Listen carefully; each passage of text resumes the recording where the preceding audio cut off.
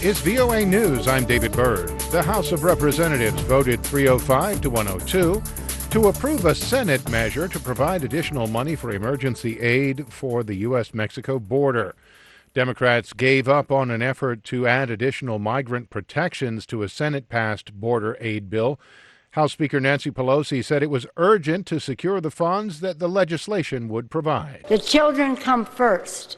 At the end of the day, we have to make sure that the resources needed to protect the children are available.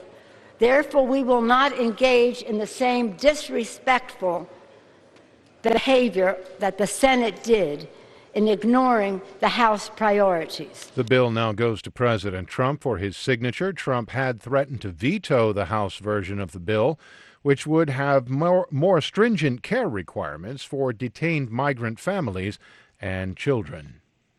10 U.S. Democratic presidential contenders take the stage in just about an hour in Miami, Florida, for the second of two debates this week.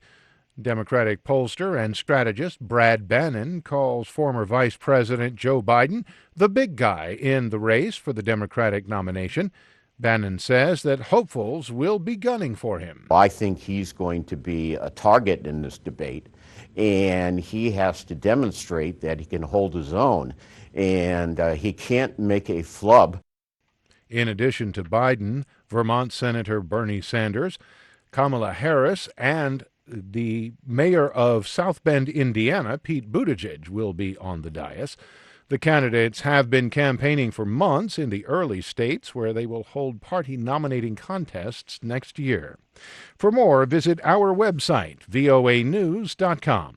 This is VOA News.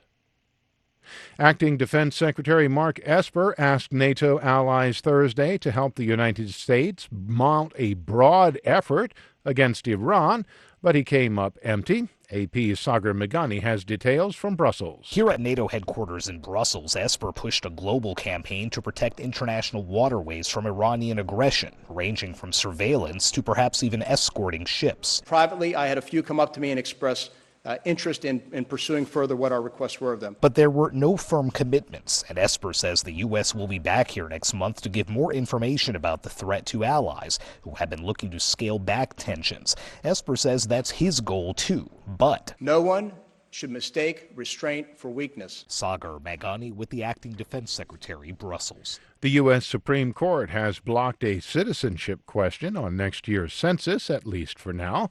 We get details from AP correspondent Shelley Adler. Initial reaction to the Supreme Court's decision on the citizenship question for the upcoming census was not surprisingly split along party lines. GOP Senator Lindsey Graham understood why the Trump administration wanted the question added. I think a lot of people believe that how much money a state gets based on the number of people should be related to those here legally, not illegally. Now the Democrats and Illinois Senator Dick Durbin. It was a carefully devised political strategy to discourage Hispanics from reporting their status to the census takers, and it was for political reasons. Shelley Adler, Washington. Late Thursday, President Trump on Twitter asked his lawyers to explore whether the census can be delayed until the court can get more information. The U.S. Constitution mandates the census every 10 years. The Commerce Department says the economy grew at a solid 3.1% rate in the first 3 months of this year.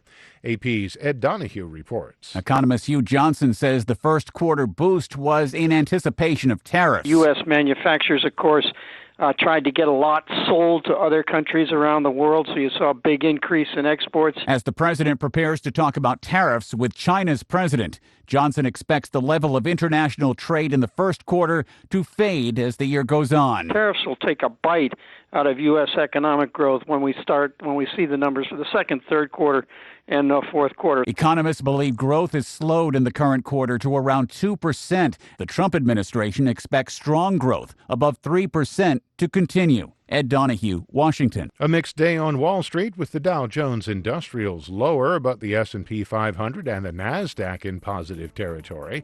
The Dow lost 0.04%, the S&P gained 0.38%, the NASDAQ added 0.73%. I'm David Byrd, VOA News.